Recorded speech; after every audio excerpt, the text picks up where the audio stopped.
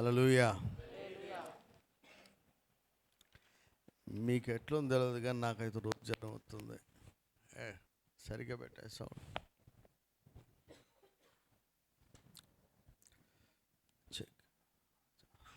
హల్లెలూయా.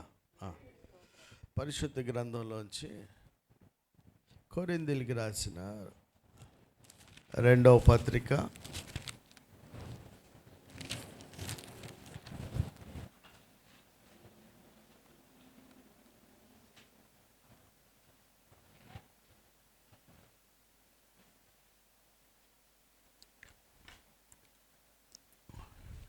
1-4 వచనాలు చదువు. 2.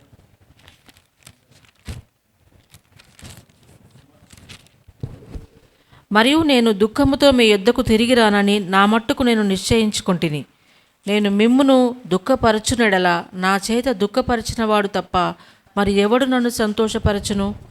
నేను వచ్చినప్పుడు ఎవరి వలన నేను సంతోషము పొందదగినదో వారి వలన నాకు దుఃఖము కలగకుండవలనని ఈ సంగతి మీకు వ్రాసితిని.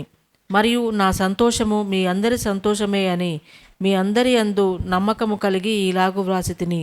మీకు దుఃఖము కలగవలనని కాదు, కానీ మీ ఎడల నాకు కలిగి ఉన్న అత్యధికమైన ప్రేమను మీరు తెలుసుకొనవలనని నిండు శ్రమతోనూ మనోవేదనతోనూ ఎంతో కన్నీరు విడుచుచు మీకు వ్రాసితిని. ప్రార్థన చేద్దాం. పరిశుద్ధుడా, పరలోకమందున్న తండ్రి, నీ దాసులమైన మేమందరం ఏకీపించి నీ పాద సన్నిధికి వస్తున్నాం. ఈ మధ్యాహ్న సమయం మందు, రాత్రి సాయంకాల సమయం మందు తండ్రి, నీ సన్నిధిలో మేమందరం నీ లేఖనాలు ధ్యానించటకు సిద్ధపరచుండగా తండ్రి, మీ సన్నిధిని మాతో ఉంచి మా అందరితో మాట్లాడమని యేసు నామములో అడుగుచున్నాం తండ్రి. అందరం చూద్దాం. 2వ అధ్యాయము కొరింథీయులకు రాసిన పత్రిక 2వ వచనం చూద్దాం. నేను మిమ్మల్ని దుఃఖపరచవలనని నా చేత పడినవాడు తప్ప చాలా.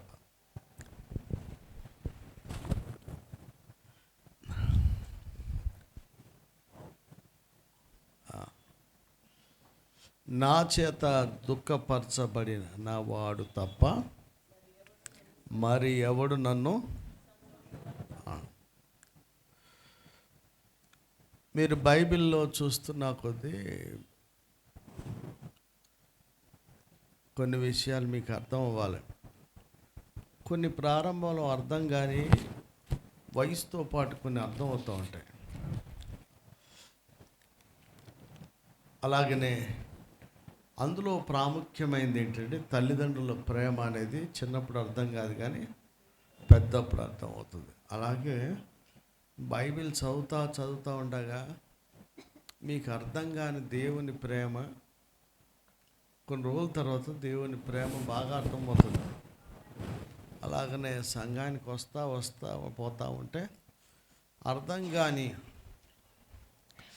దైవజనుని మనస్సు ప్రేమ అనేది కూడా కొన్ని సంవత్సరాలకే అర్థమవుతుంది. ముగింపు ఏంటంటే ఇక్కడ అన్నిటిలో కన్నా నా చేత దుఃఖపరచబడిన వాడు తప్ప మరి ఎవడు నన్ను సంతోషపరచును.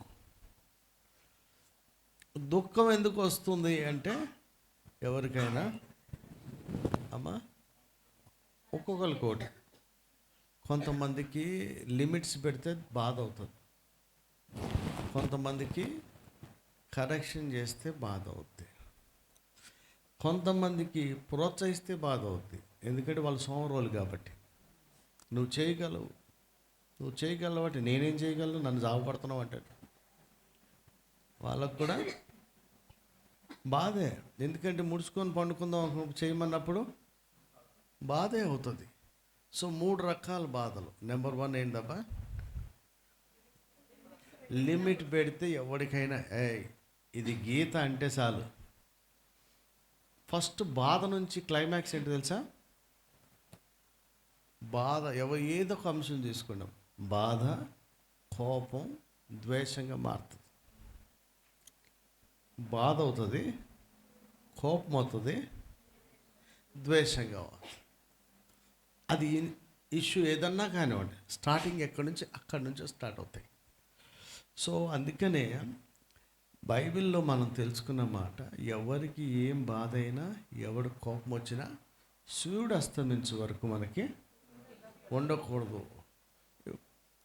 బైబిల్ చదువుతున్నాం, మనం కూడా వింటున్నాం కదా, ఇదైనా గర్భం ధరిస్తే మళ్ళా అంత దాకా పెట్టుకోవద్దు అసలు, అది అప్పుడే పోయేటట్టు చేసుకోవాలి. ఇది అన్నిటికంటే కష్టమైంది. నేను మీకు ఇంట్లో చర్చిలో చెప్పేవి కానీ, ప్రాక్టికల్గా చెప్పేవి కానీ అసలు అసాధ్యమైన పనికిరాని అనిపిస్తాయి, కానీ అల్టిమేట్గా లైఫ్లో పనికొచ్చేవి కూడా అయ్యాయి. ఎందుకంటే ప్రాక్టికల్ అది. ఊహల్లో నుంచి మనం ఏదో భ్రమలోంచి బతకం. వాగ్దానాన్ని ఎవరైనా స్వతంత్రించుకోవాలంటే వాళ్ళు ఏం చేయాలా? ఆయన సన్నిధిలో నిందారహితంగా ఉండాలి. ఆయన చెప్పిన పని ఊహల్లో ఏమీ లేదు, వదిలిపెట్టి రావాలి, నిందారహితంగా ఉండాలి. అయితే తప్పించి రాదు. ఇదిగో దేవుడు చేస్తాడంటే ఏమి చేయడు, మనం చేస్తేనే ఆయన చేస్తాడు. ఇప్పుడు దుఃఖం ఎలా కలుగుతుంది అనే విషయాలు చెప్పినా కదా. నెంబర్ 1 లిమిట్స్ పెడితే దుఃఖము, కరెక్షన్ చేస్తే దుఃఖము. మూడవదిగా, ఇది రేర్ కేసులు లేవు, కొంతమంది విపరీతమైన వాళ్ళు ఉంటారు కదా, వాళ్ళకి ప్రోత్సహిస్తే కూడా బాధే. నువ్వు చేయగలవరా, బ్రహ్మముహూర్తంలో లేచి ప్రార్థన చేయి అని చెప్పినావు అనుకో, వాడికి అది ఎంత బాధాకరం. బ్రహ్మముహూర్తం అంటే తెలుసా? ఎర్లీ మార్నింగ్, ఎర్లీ అవర్స్లో లేచి నువ్వు ప్రార్థన చేయి. బ్రహ్మముహూర్తం కనుక ఇంకో దేవుడు అనుకోకండి, మన భాష అది, మన దేశ భాష అది. ఆ ముహూర్తంలో లేచి మీరు ధ్యానం చేయండి, ప్రార్థన చేయండి అనగానే వానికి దుఃఖము, మానని వేదన, ఆ బాధ చెవులో వినపడగానే ఇక లేనిపోని ఏమి తినాలనిపించదు, ఎటు చూడాలనిపించదు. ఏందది? పొద్దున్నే లేవరా, నీ లైఫ్ బాగుంటుంది అంటే ఎంకరేజ్మెంట్ ఒకడికి కృంగదీసేస్తుంది, బాధపరుస్తుంది. 4 సార్లు చెప్తే చిరాకు వచ్చేస్తుంది కదా. సరే, అల్టిమేట్గా మనం గ్రహిస్తే ఎవరిని దుఃఖపరుస్తామో వాడు తప్ప ఎవడు మమ్మల్ని చూడు. మా తమ్ముడిని పిచ్చి కొట్టింది మా మమ్మీ, మమ్మల్ని బాగా కొట్టింది. మా ఇల్లు స్టోరీ చెప్తున్నా. ఇప్పుడు మమ్మల్ని బట్టి మా మమ్మీకి సంతోషం కలుగుతుంది కదా. చిన్నప్పుడు నేనేమనుకున్నా, మా డాడీ అంత శాడిస్ట్ ఈ ప్రపంచంలో ఎవడూ లేడు అనుకున్నా. ఇప్పుడు మీరు నన్ను గురించి అనుకుంటున్నట్టుగా ఇన్ని రూల్సా? పరిమళ మంచిది కాబట్టి ఓపెన్గా సాక్షి ఇక్కడికి వచ్చి చెప్పింది. ఈయన్ని సాటిస్ఫై చేయటం ఎంత మంచి అమ్మాయి, లోపటేమనుకోవాలి చెప్పేసింది. సాటిస్ఫై చేయడం అంటే నేనేమంటా చెప్పనా, అరే మీ 10th క్లాస్లో ఫస్ట్ ర్యాంక్ వచ్చింది, ఇంకా సాటిస్ఫై ఇంట్లో కూర్చుంటావా? ఇంటర్మీడియట్లో కూడా రానా అంటే సాడిస్ట్ అంటే ఎట్లా? ఇంటర్మీడియట్ వచ్చినండి, అరే యూనివర్సిటీలో కూడా రా అంటే సాడిస్ట్ అంటే అమ్మో వీడు విపరీతమైన మనిషి అంటే ఎట్లా? అంటే ఎక్కడి వరకు రమ్మనాలా? పిహెచ్డి దాకా రమ్మనాలా. ఆ తర్వాత జాబ్లో కూడా బెస్ట్ అవార్డు తీసుకోరా, బెస్ట్ పెర్ఫార్మెన్స్. అంటే దీనికి ఏమైనా లిమిట్ ఉందా? అన్నీ ఎంకరేజ్మెంట్లేగా. కానీ ఈ సోమరోడికి 10th క్లాస్ తర్వాత చదువు మానేద్దాం అనుకున్నోడికి ఈయన తృప్తిపరచడం అసాధ్యం అనుకుంటారు. సో మెట్టుకి ఈ విషయాలను ఎందుకు చెప్తున్నానంటే, ఎవరి వల్ల అయితే మీకు దుఃఖం కలుగుతుందో వాళ్ళే మీ శ్రేయోభిలాషులు. గుర్తుపెట్టుకోండి, స్నేహితుడైతే మేలుగోరి, తండ్రి అయితే ప్రేమించి గద్దించి శిక్షిస్తాడు. వీళ్ళే మీ శ్రేయోభిలాషులు అనుకోవాలి. నేనేమనుకుంటాను, నా వలన ఎవడికి దుఃఖమో రేపు వాడి వల్లే నాకు సంతోషం. ఇప్పుడు మీ వల్ల ఏమన్నా మీరు నన్ను, మీ వల్ల నాకు మాట వింటలేదనో అదో ఇదని ఎందుకంటారంటే, ఐదర్ నేను లిమిట్ అన్న పెట్టుంటా, కరెక్షన్ అన్న చేసుంటా, సోమవారం నిద్రన్నా ఇంత మించి ఇంక మీకు బాధలో ఇంకేమి నాకేం కనిపించట్లేదు. ఏదన్నా చేస్తా అంటే వద్దని గీత గీసా అనుకో బాధ కదా.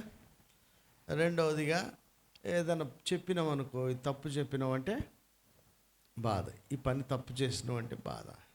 ఒరే నువ్వు చెయ్యరా అని బలవంతంగా ఎంకరేజ్ చేస్తే మళ్ళా బాధ అవుతుంది. సో మీకు నేను ఈరోజు మనవి చేసేది ఏంటంటే మిమ్మల్ని గురించి మీరు ఆలోచించేయండి.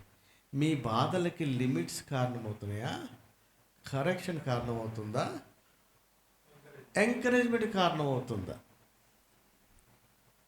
ఎవరికైనా బాధలు అవుతున్నాయి కదా. నవ్వుతున్నాను. నీకు 3 ఉన్నాయింది. నా భార్యకు 3 ఉన్నట్టున్నాయి సార్. చెప్తున్నా వినండి, మళ్ళా వినండి. అరే ప్రాక్టికల్ లైఫ్ అబ్బా. నీకు లిమిట్ పెట్టినందుకు కెమెరా నీకు తిప్పలేదనా ఏంది?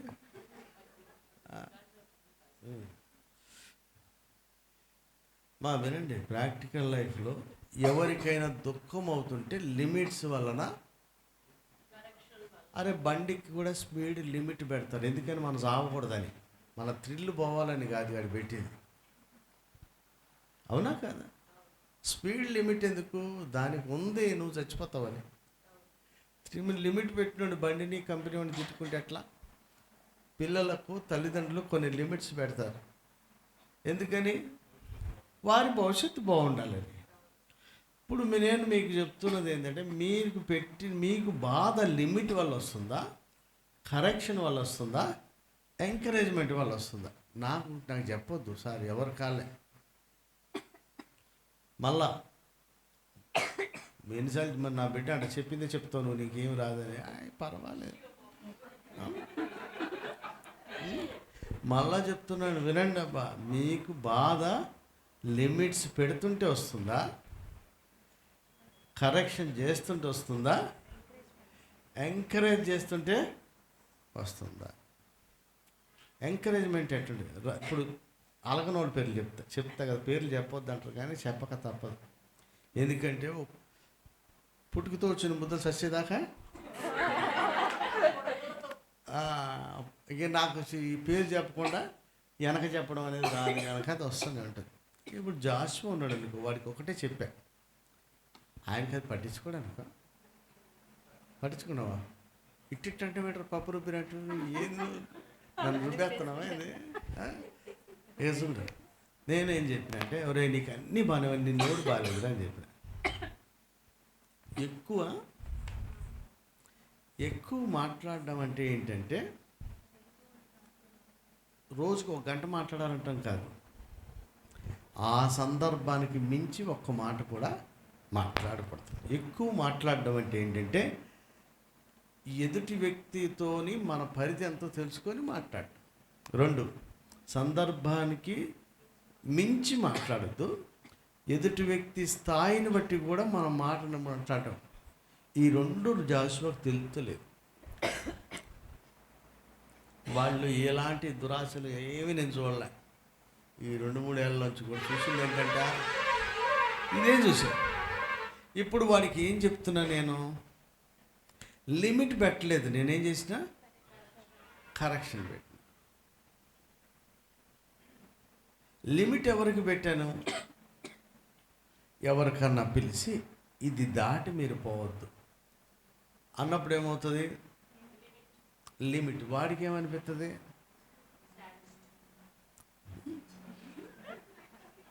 ఏమనుకున్నాయని ఎలా తీస్తుంది బయటకు. అటువైపు వాడికి ఏమనిపిస్తుంది? మనల్ని ఎంకరేజ్ చేయడా పాస్టర్. వన్ పాటు బండిలో ఎంత ఉంది? 200 ఉంది. తొక్కుతావా? నువ్వు ఉండవు. నాకుంది. నీకేముంది? సాగు ఉంది. లాస్ట్కి ఏముంటుంది? వద్దు నాన్న, వద్దబ్బా అని చెప్తే ఏమంటారు?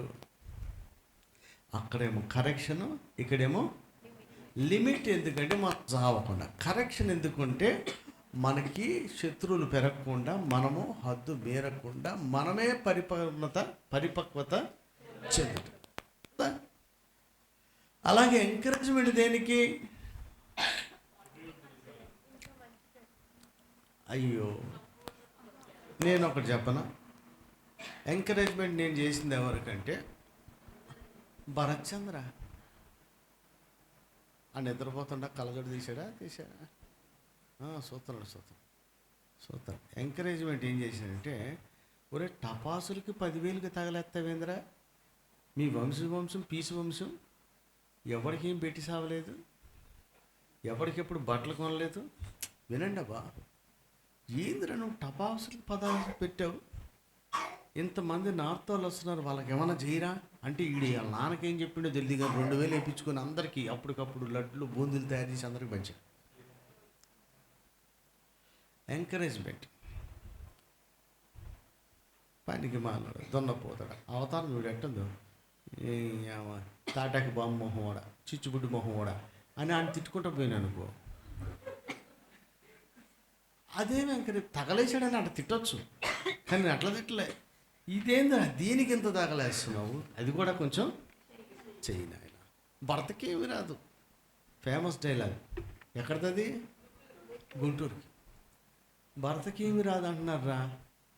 నువ్వు మొత్తం పాలు పేపర్లు తీసుకురా, వినమ్మా, పాలు పేపర్లు తీసుకురా, నీకు వారానికి ఒకసారి ఆదివారం లెక్కిస్తాను. భర్తకేం తెలీదా? వాడికేం తెలీదు. వాడు వేసిన లెక్క ఎవడేయడు, ₹1 కూడా అటు ఇటు. కానీ గుంటూరులో భర్తకేం తెలీదు.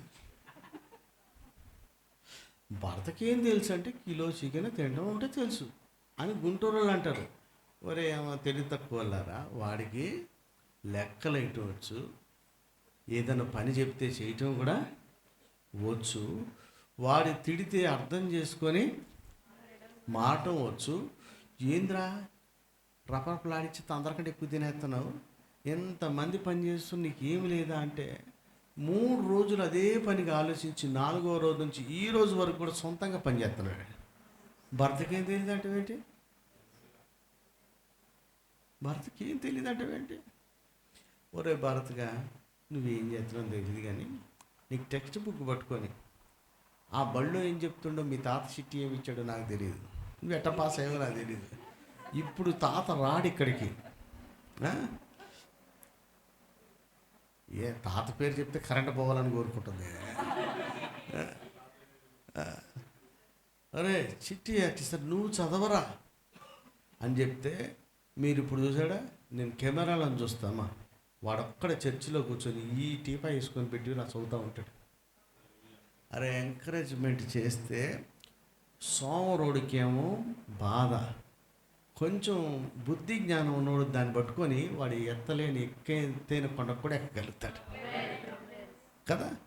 కనుక నా వలన ఎవడికి ఆడికి దుఃఖం కలిగి ఉంటుంది. ఏంద్ర అంత తినేత్తనం అంటే బాధ అయితే సంతోషం అవుతా, పక్క పడక ఇంకా 4 అంటాడు ఏంటి తిడుతుంటే, అప్పుడు బాధే అవుతుంది. కొత్తలో కుండలు తినేసాడు, నేను తిడతా ఉంటే తిండి ఆపేశాడు. తిన్నిచ్చా ఎన్ని రోజులు తినేస్తాం? 6 నెలలు 6 బస్తాలు తిన్నాకైనా చెప్పాలా వద్దా? ఏంద్రా ఈ తిండి ఏం చేయవా అన్నందుకు వాడికి వాడు రియలైజ్ అయిపోయి అంత తినటం మానేశాడు, పని చేయటం కూడా స్టార్ట్ చేశాడు. విన్నారా? పిల్లలండి కొన్ని తెలియవు, కొన్ని చెప్తా ఉంటే మార్చుకునే ఉంటాయి. సో మీలో మీకు ప్రశ్న వేసుకోవాల్సింది, లిమిట్స్ పెట్టడం వల్ల మీకు బాధ అవుతుందా, కరెక్షన్ వల్ల బాధ అవుతుందా, ఎంకరేజ్మెంట్ బాధ అవుతుందా? సరే, ఎన్ని బాధలన్నా ఉన్నాయి, మీరు ఆలోచించుకోండి. నా వలన ఎవడికి బాధ అయినా వాడి వల్లే మళ్ళా నాకు, ఇది నేను నమ్ముతున్నాను కనుక మిమ్మల్ని బాధ పెట్టకుండా నేను ఉండలేను. అది సారాంశం అన్నమాట. ఇదంతా ఇది నేను ఇదే వాక్యం అనుకుంటానే. నేనేమో 3వ ఆకాశాన్ని తీసుకుపోతుంటే ఈయనేమి ఇట్లాంటి చెప్తున్నాడు. ఇప్పుడు మా ఆవిడ అనుకునేది ఏంటంటే, నేను 3వ ఆకాశానికి ఎక్కుతూ దిగుతూ నిచ్చెన ఎక్కుతూ దిగుతుంటే ఈయన మెట్లకి ఎక్కడ కూడా ఎక్కతలేడు అసలు. ప్రాక్టికల్గా అమ్మా మీరు ఆలోచించండి. ఎవరికైనా బాధ ఎందుకు వస్తుందంటే లిమిట్. ఫోన్ పెట్టే ఎక్కడంటే బాధే. అవునా కాదా? బాగా తినేవాడికి బంద్ చేయంటే, పడుకునేవాడు వద్దు అంటే, స్పీడ్కి దూరాడు వద్దురా అంటే, ఫ్రెండ్స్ ఎక్కువైనప్పుడు ఫ్రెండ్స్ వద్దురా అంటే, మా అబ్బాయి చెప్పా, ఫ్రెండ్స్ అనేవాడు ఉండాలి కానీ నువ్వు 2 సార్లు పోతే ఒక్కసారి కూడా ఇంటికి రానుడు ఫ్రెండే కాదురా. చెట్ల కింద కలిసే వాళ్ళంతా ఫ్రెండ్స్ కాదు, ఆ ఇంటికి వచ్చేవాడై ఉండాలి. నువ్వు ఆ ఇంటికి వెళ్ళగలిగేలాగా ఈ 2 లేనివాడు చెట్టు కింద కలిసేవాడు ఆడు మనల్ని ఎక్కడో ఒకటి తీసిపాడు, మనల్ని అపాయానికి గురి చేస్తాడు. అంటే నీ ఫ్రెండ్ అయిన వాడు నీ అమ్మా నాన్నకు కూడా తెలిసి ఉండాలి, నువ్వు వాడు అమ్మా నాన్నకు కూడా. ఇద్దరికి తెలియకుండా చెట్ల కింద కలుసుకునేవాడు, హోటల్లో కలుసుకునే ఫ్రెండ్షిప్ అంత మంచిది కాదు నాన్న. సన్నీ ఈసారి వస్తే మీ వాడు ఎవడన్నా ఉంటే ఆడిక్కడికి వచ్చేలాగా ఉండేట, నువ్వు మటుకు నేనే పంపనని చెప్పాను. నేను 2 సార్లు పంపించినారా నేను, ఈసారి నేను ఎక్కడికి వాళ్ళు రారా, ఆడేం దిక్కుమల్లుడు పోనే. లిమిట్ పెడితే ఏమవుతుంది, పిల్లోడికి బాధ అవుతుంది. ఈ రోజున ఆధ్యాత్మిక స్థితిలో మీరు చేస్తున్న పనులకి నేనేదైనా లిమిట్ పెడితే మీకు బాధ అవ్వకూడదు. రెండవదిగా కరెక్షన్ చేస్తే బాధ అవ్వకూడదు. మూడవదిగా ఎంకరేజ్ చేసిన, ఏదైనా కొత్తది వర్క్ అసైన్ చేసినా మీకు అది అసాధ్యం అనిపించిన, మీరు చైనా, నాకు చైనా వాళ్ళ అంటే చాలా ఇష్టం, నాకు టైం దొరికిన నిద్రపట్ట పని అవి చూస్తా. బుడ్డలు కుంగుపూలు కొడతారు కదా, ఇట్టి గాలి తిరుగుకుంటా, అవి నాకు చాలా చాలా ఇష్టం. అందులో పిల్లలు ఎట్లా ఏడుస్తారంటే, చిన్నప్పుడు వాళ్ళ కాలు చేతులు ఉంచేస్తుంటే వాడు ఏడుపు చూసి, అమ్మ వీడేం మనుషులు అసలు ఇంత కనికరం జాలి లేదా అనిపిస్తుంది. అంత ట్రైనింగ్ వచ్చిన తర్వాత వాడు 20 ఏళ్ళు వచ్చిన తర్వాత ఒక్కడు 100 మందికి సరిపడా తయారవుతున్నాడు, ఏ వేపన అవసరంలా. ఎందుకని?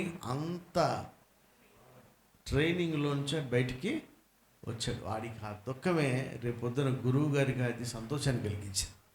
నా శిష్యుడు 100 మందిని ఎదిరించేసాడు, అంత ధైర్యం వచ్చింది. కనుక మీరందరూ కూడా నేను చేసే, ఇప్పుడు ఏం చెప్తానంటే, సంవత్సరం ఆఖరికి వచ్చేసాం. సంవత్సరం ఆఖరిలో మీకు ఎన్ని బాధలన్నా కానివ్వండి, నాకే బాధలు లేవు. ప్రాముఖ్యంగా ఇలాంటి ఏదన్నా 10 మందిలో మన సంఘం అనిపించుకోవాల్సిన టైం వచ్చినప్పుడు 100% మిమ్మల్ని బట్టి నాకు సంతోషం, ఆనందమే కలుగుతుంది. బయటకు వచ్చినప్పుడు నా పరువు ఎప్పుడు పోదు. అప్పుడప్పుడు మీరు నా లోపడే నా పరువు తీసేస్తారు, కానీ బయట మటుకు తీరు. ఎంత పద్ధతిగా, ఎంత క్రమంగా ఒక మాట ప్రకారం చేస్తారంటే, ఇట్లా ఏ చర్చల్లో చేయలేరు. మీరు ఎంత చక్కగా ఉన్నారు, మీకు బాధలు కలిగి ఉంటాయి. ఎందుకని?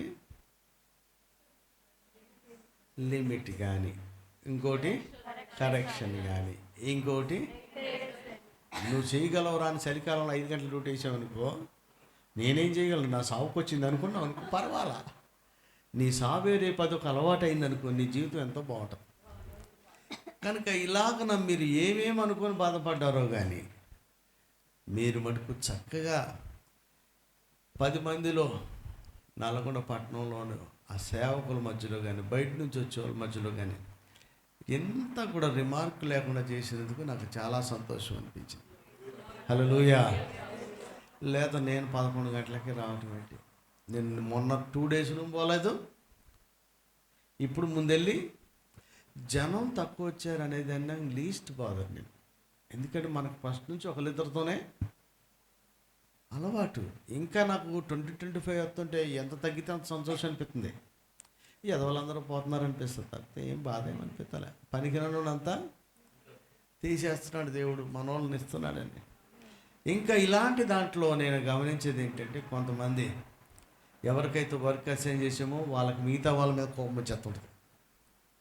వస్తుందా రాదా? నా భార్య ఈరోజు టిఫిన్ చేసిందా 10 మంది ఇద్దరినన్నా కొడుతుంది గ్యారంటీగా. ఎక్కడికి? ఒక్క టిఫిన్కే రాత్రి దాకుండా ఇంకా 4 కొడుతుంది. ఎందుకని? ఆడ ఫీల్డ్లో ఆ స్థానంలో నిలబడితే ఎవరికైనా శాంతమూర్తులు మీకు ఈ స్థానం వస్తే తెలుసుద్ది ఎంత బీపీలు వస్తాయో. మీకు కూడా ఒకరోజు వస్తుంది కదా, 10 మందికి చెప్పే స్థాయి దేవుడు మనకు కూడా ఇస్తాడు. అప్పుడు వస్తాయి కదా బీపీలు. ఎక్కడ బీపీలు వస్తాయి? ఈరోజు డానియల్ సార్ని చూస్తుంటే ఎట్టుంది, దశావతారాలు అన్నీ అక్కడే ఉన్నాయి. చూపిస్తాడు, గంటకు అవతారం చూపిస్తున్నాడు. అవి తెలీదు. మన దయాకర్కి 3-4 ఏళ్ల క్రితం డిసెంబర్ 23 ఇస్తే నన్నే బెదిరించాడు వచ్చి. ఎవరికి తెలియదు సార్ అవన్నీ, అవి కావాలని. అందుకనే మీరందరికీ కూడా విన్నపం ఏంటంటే, మీరు ఎప్పుడన్నా ఒకసారి డ్యూటీ, నేను 365 రోజులు డ్యూటీలో ఉన్నా కాబట్టి నన్ను చూసి మీరేం బాధ పెట్టుకోవద్దని మళ్ళీ చేస్తాను. ఆ టైము, పోస్టు, పద్ధతి, పని అలా ఉంటుంది. సో అల్టిమేట్గా మీ అందరిని బట్టి నేను ప్రభువుని స్తుతిస్తున్నా. మీరు చాలా చక్కగా ఉన్నారు. ఒకవేళ మీకు దుఃఖం కలిగినా నేనేం బాధపడను, ఎందుకంటే రేపు మీ వల్లే నాకు సంతోషం కలుగుతుంది. సో కొత్త సంవత్సరం వచ్చినప్పుడల్లా మీరు ఎందుకంటే చెప్తానంటే, నా వలన ఏమి విన్నారో, ఏమి చూశారో, ఏమి నేర్చుకున్నారో అని ఉన్నది. ఏం చూసినావు?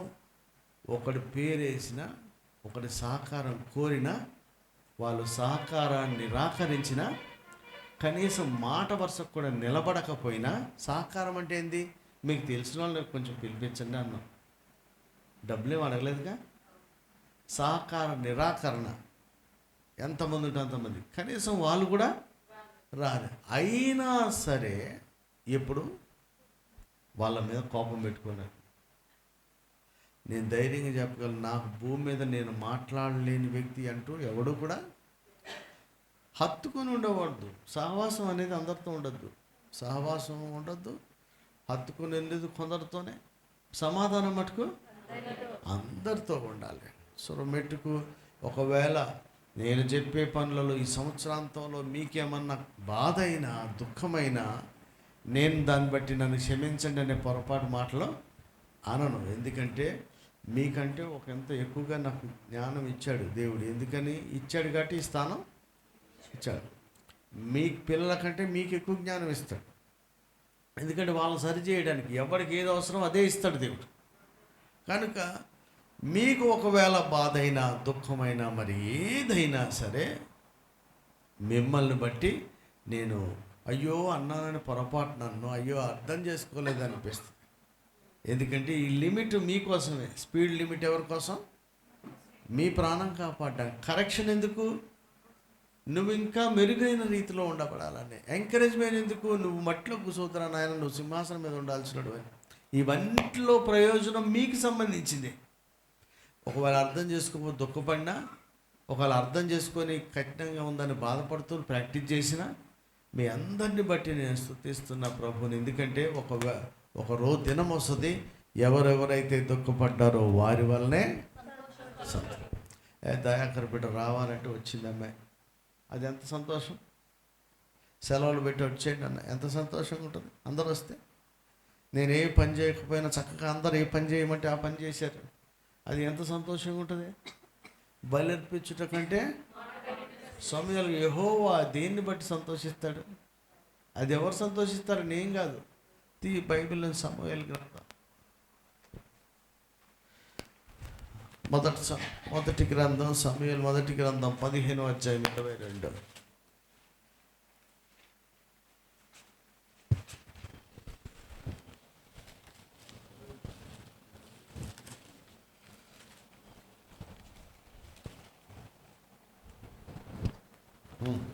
చదువుమా.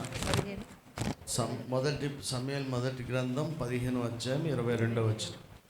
అందుకు సమూయేలు తాను సెలవిచ్చిన ఆజ్ఞను ఒకడు గైకొనుట వలన యెహోవా సంతోషించినట్లు. ఎవరు గైకొనుట వలన యెహోవా దేవుడు సంతోషించింది. అలాగే ఎవరికి చెప్పినా గైకోవడం వల్ల చెప్పిన వానికి సంతోషం ఉంటుంది. కనుక మీరు చక్కగా చేశారు. ఈ కార్యక్రమే కాదు, అసలు మీకు పరిచయం ఉన్న వాళ్ళందరూ చెప్తే మన చర్చిలో ఉన్న కార్యక్రమాలు ఏ చర్చిలో ఒక విషయం ఇప్పుడు చెప్తున్నాం కదా, ఎవరిని తిట్టినా నాకు అడ్డుపడేవాడు ఎవడు? మీలో ఎవరిని ఏమన్నా మీరు బాగానే ఉంటారేమో, కానీ ఏమో మధ్యలో వచ్చేస్తుంది నాకు. ఎవరినన్నా సరే, చిన్నోడన్నా పెద్దోడన్నా ఖచ్చితంగా వస్తుంది. నేనేమంటున్నానంటే రావడం మంచిదే, నాకు చెప్పడం తప్పని నేను అన్నాను. అరే అలా ఒకటి తిట్టేవాడు ఉండాలి, ఒకడు అడ్డుపడేవాడు. మొత్తం అడ్డుపడినా పోతారు, మొత్తం సాగుపడినా పోతారు. మా లోక సామెత ఉందిగా, ఏదంటారు, పెరిగించాలి జోలో పడాలి. అవి రెండు తిట్టాలి, హెచ్చరిక చేసేయాలి, మళ్ళీ దగ్గరికి కూడా తీసుకోవాలి. కనుక నేనైతే ఈరోజు మీ కార్యక్రమం, మీ పనులన్నీ చూసి నిజంగా నేను హృదయపూర్వకంగా ప్రభువుని స్తుతించి, నాకు పెద్ద చిన్న ఎంతమంది ఉన్నారు చర్చిలో అనేది లెక్క కాదు. ఎంతమంది నమ్మకస్తులు ఉన్నారు, ఎంతమంది మాటకు లోబడే వాళ్ళు ఉన్నారు, ఎంతమంది సొంత పనులు మానేసుకునే వాళ్ళు ఉన్నారు, ఎంతమంది దేవుని కార్యం చేసేవాళ్ళు ఉన్నారు అనే రుజువు చేసే సమయం వచ్చింది. మీరు చేసి చూపించారు. దాన్ని బట్టి నేను ప్రభువుని స్తుతిస్తున్నాను. హల్లెలూయా. ఈ సంవత్సరంలో ఈ విషయమే కాదు, ఇక రాబో విషయాల్లో కూడా మీకు బాధ కలిగినా నాకేం బాధ కలగదు. ఎందుకంటే మీరే మళ్ళీ ఒక దినాన్ని నన్ను సంతోషపడతారు. మా తండ్రిని మేము అనుకున్నా, నేను కాలేజీలో ఉన్నప్పుడు ఏంది ఇన్ని రూల్సా, ఎవడు ఫ్రెండ్స్కి లేని రూల్స్ అన్నీ నాకు పడుతుంది. ఇన్ని రూల్స్ ఏం పెడుతున్నారు ఏందబ్బా అనుకున్నాం. కానీ ఇప్పుడు ఆ రూల్సే మమ్మల్ని ఇట్లా చేసినాయి కదా అనిపిస్తుంది. నా బిడ్డ ఏమన్నా తెలుసు ఎన్నిసార్లు ఏడ్చిందో, నన్ను తీసుకెళ్ళి చెత్త కాలేజీలో వేసినావా. సరే మనిషే లేడు అక్కడ మాట్లాడతానికి, స్నానం చేసినోడు కూడా లేడు. ఏం చెప్తుంది, ఏంది కాలేజ్ అంటే, నేను ఏమైనా సరే ఆమె ఎన్నన్నా మళ్ళీ ఆమె వచ్చి నాకు చెప్తుందా ప్రీతి, మధ్యలో వారధులు ఉంటారు కదా, ఆమె చెప్పదు. పాప బాధపడుతుంది, పాప ఏడుస్తుందని చెప్తారు. పాప బాధపడుతుందని తెలుసు, పాప ఏడుస్తుందని తెలుసు, పాప భవిష్యత్తు ఇంకా బాగుంటుందని కూడా తెలుసు. కనుక ఈ మధ్యలో మనం పట్టించుకోం. కనుక మా ఇంట్లోనే కాదు, మీ అందరి విషయంలో కూడా మీరు నమ్మినా నమ్మకపోయినా నేను మీ అందరి శ్రేయోభిలాషి. నేను శ్రేయోభిలాషిని కనుకనే నేను మీ గురించి ప్రార్థన చేస్తా. మీ గురించి ప్రార్థన చేస్తున్నా కనుకనే మిమ్మల్ని హెచ్చరిక చేస్తా. మిమ్మల్ని హెచ్చరిక చేస్తున్నా కనుకనే హెచ్చరిక చేసి వదిలిచేయకుండా సరి చేయడానికి ప్రయత్నం చేస్తా.